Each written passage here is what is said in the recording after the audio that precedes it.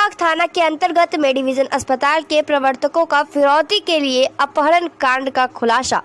घटना में संलिप्त अभियुक्तों को किया गया गिरफ्तार। हॉस्पिटल संचालक, दोनों ही हॉस्पिटल संचालक थे, उनको अपहरण करके ले गए थे। ये घटना 13 और 14 के रात के 1:30 बजे की है, लेकिन इसकी जो सूचना है संबंधित अस्पताल प्रशासन के द्वारा कल यानी कि अगले दिन होकर 14 तारीख को कंकड़बाग थाना में लगभग 12 बजे दोपहर को दी गई थी। इसके बीच में उन्होंने कोई सूचना थाना को नहीं दी थी। तो जैसे ही थाना में सूचना प्राप्त हुई तो तुरंत नगर पुलिस अधीक्षक पूर्वी, अनुमंडल पुलिस पदाधिकारी सदर, थाना अध्यक्ष कंकड़बाग, हमारा SAU का टीम, डायल 100 का टीम और विशेष रूप से मैं धन्यवाद दूंगा थानाध्यक्ष डेरनी और जो छपड़ा पुलिस के DIU का टीम था, तुरंत उनको संपर्क किया गया क्योंकि जितने भी अपहरणकर्ता थे और जो अपहरित थे, इनकी जो लगातार बातचीत हो रही थी फिरौती हेतु, उनका जो हम लोगों ने तकनीकी अनुसंधान किया, जो लोकेशंस आ रही थी सारण जिला के डेरनी थाना क्षेत्र में आ रही थी। तुरंत वहाँ की पुलिस के सहयोग से,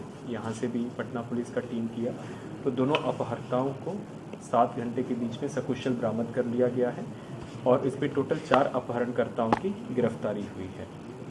जो चारों अपहरणकर्ता हैं उनमें से 2 बहुत ही कुख्यात अपराधी सारण जिला के रहे हुए हैं, जिनके ऊपर कई पूर्व में भी आपराधिक कांड दर्ज हुए हैं। ये पूरा घटनाक्रम संबंधित है, इसमें जो दोनों अपहर्ता हैं वो पहले से भी परिचित थे, अपहरणकर्ताओं से परिचित थे। जो दोनों अपहरित हुए हैं, सुभाष कुमार और रवि रंजन कुमार, वो 20-20% की हिस्सेदारी से उन्होंने मेडिविजन हॉस्पिटल इन्होंने खोला था और ये विभिन्न ज़िला में स्वयं जाकर जो ज़िला अस्पताल होते हैं, प्राइवेट अस्पताल होते हैं, उनके बाहर जो दलाल होते हैं, हम तो दलाल ही बोलेंगे, और जो एम्बुलेंस चालक होते थे, उनको नेटवर्किंग करते थे और उनके पेमेंट भी देते थे कि आप ज़्यादा से ज़्यादा पेशेंट हमारे अस्पताल के लिए दीजिए। तो ये 4 वर्ष से ये जो दोनों अपहरित हुए हैं, जिनको बरामद किया गया है, ये वहाँ के जो सारण ज़िला के इन अपराधियों के साथ पहले व्यवसायिक संबंध था इनका, वो इनको पेशेंट दिया करते थे और इनका आपस में पैसे का लेन देन भी हुआ करता था। इसी क्रम में सारण जिला में जुलाई 2022 में एक नंदलाल राय व्यक्ति की हत्या हुई थी, जिसका कारण ये था कि जो पेशेंट्स को अस्पतालों में पहुंचाने के लिए आपस में पैसे के विवाद को लेकर विवाद हुआ था, जिसमें नंदलाल राय नाम के व्यक्ति की हत्या हुई थी, जिसका केस वहाँ पे सारण में दर्ज हुआ था। उसी क्रम का जो मेन अभियुक्त था, प्राथमिक अभियुक्त था, कृष्णा राय उसका नाम है, जो कि सारण जिला का रहने वाला है, वो भाग कर आया था और भाग कर आने के बाद जो दोनों इस कांड के अपहरत हैं, इन्हीं के पास सबसे पहले आया था और फिर इनके साथ ही वो इनकी गाड़ी में सवार होकर राजरप्पा मंदिर में गए, झारखंड गया और फिर उन्हीं के साथ वापस आया। लेकिन इसी क्रम में छपड़ा पुलिस को इसकी सूचना प्राप्त हुई, तो रास्ते में ही उन्होंने गाड़ी को इंटरसेप्ट किया और इन्हीं के माध्यम से उसकी जो मेन अक्यूज था कृष्णा राय, उसकी गिरफ्तारी हुई। कृष्णा राय वर्तमान में जेल में और उसमें कृतिक राय और अन्य नामजद अभियुक्त अभी फिरार चल रहे हैं। ये पूरे अपहरण का जो षड्यंत्र है, ये छपड़ा जेल से बना है। जो कृष्णा राय अंदर है, मर्डर केस में अक्यूज अंदर है, उसने अपने पुराने साथी जो कि छपड़ा जेल से अभी बाहर आए हैं, उनके साथ संपर्क किया और बोला कि यही जो 2 अपहरत हैं, इन्हीं के साथ में जा रहा था। तो उसको इस बात का शक था कि इन्हीं लोगों ने पुलिस को सूचना देके पहुंचाया है और ये भी कहा कि इनके साथ मेरा पूर्व में व्यावसायिक संबंध रहा है, तो मेरा कुछ पैसा भी इनके पास है। तो इसने छपरा ज़िला के टोटल 3 लोगों को संपर्क किया। उसमें जो मेन सरगना है संदीप ओझा, उसका नाम है संदीप ओझा, परसा मथुरा गाँव, थाना परसा का रहने वाला है। ये पूर्व में 3 मर्डर कर चुका है। वर्ष 2017 में गरखा में एक कैशमैन लूट के प्रयास के क्रम में गार्ड को गोली मारा था। उसके बाद एक CSP ऑपरेटर को गोली मार के लूट किया था और अपने ही गांव के चौकीदार की हत्या की थी, ये कहते हुए कि पुलिस को मेरी सूचना देता है। ये फरवरी में ही छपरा जेल से अभी 5 साल के 3.5 साल जेल में रहने के बाद रिहा हुआ है। इसके साथ रणविजय कुमार, इसी का गाँव का है, परसा मथुरा का, उसकी गिरफ्तारी हुई है, जो कि अपहरण करने के लिए आया था। एक रॉकी कुमार, पिता का नाम मुन्नी सिंह, साकिन सैदपुर थाना दरियापुर की गिरफ्तारी हुई है और इनकी महिला एक साथी थी, पति संदीप सिंह, इसका पति भी मर्डर के केस में जेल है, जो कि पैसा लेके बैंक में डिपॉजिट कराने गई थी, उसकी गिरफ्तारी हुई है। इन लोगों ने विश्वास में, ये लोग आए थे, पटना में आए थे इन्होंने दोनों जो अपहृत हुए हैं इनके साथ संपर्क किया।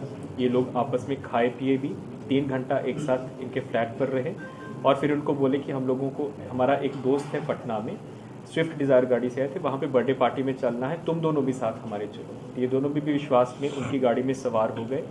जैसे ही इन्होंने गांधी सेतु की तरफ गए, फिर गांधी सेतु क्रॉस किया तो इनको कैप्चर कर लिया। कैप्चर करके इनको डेरनी थाना क्षेत्र वहाँ पे ले गए जहाँ पे अभियुक्तों का बथान था, वहाँ पे इनको रखा और फिर जो अपहृत हुए थे उन्हीं के मोबाइल के माध्यम से हॉस्पिटल प्रशासन एवं उनके भाई और परिजनों से पैसा मांगना शुरू किया।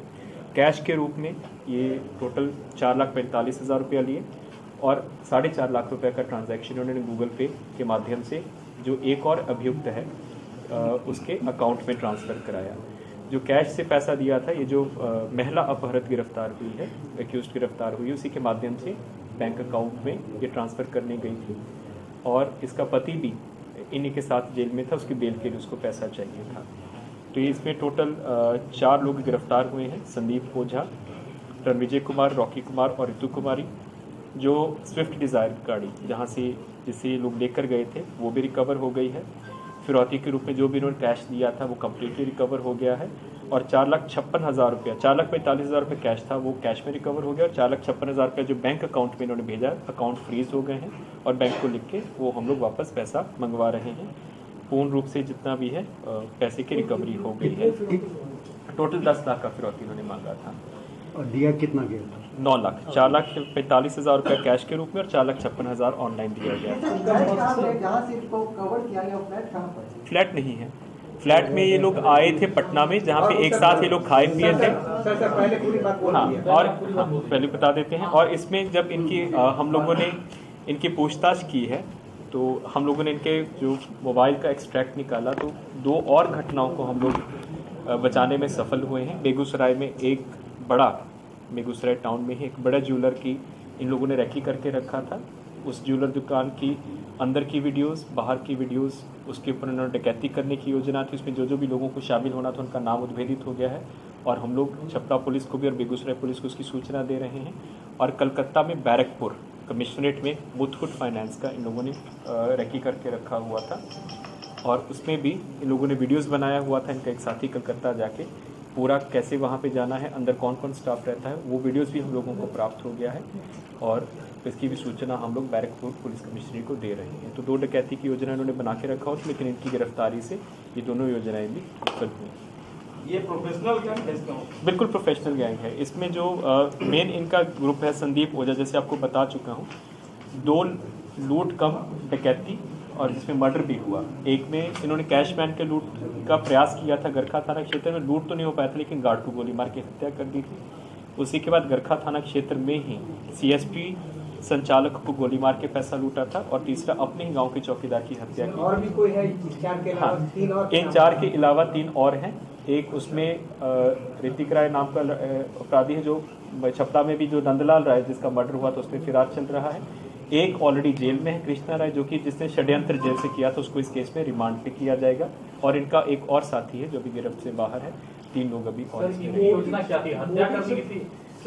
मांगना था या नहीं, क्योंकि पहले इन्होंने पैसा लिया था। जो इनका पूछताछ हुआ, क्योंकि एक दूसरे को जानते थे, अगर इनको छोड़ देते तो आके बता देते, क्योंकि सब एक दूसरे से परिचित थे। 4 महीने से इनके फ्लैट पे जो 2 अपहरणकर्ता हैं, इनके फ्लैट पर आकर इनके साथ खा पी भी रहे थे, क्योंकि इनके साथ इनका पेशेंट्स को लेकर व्यावसायिक संबंध भी था।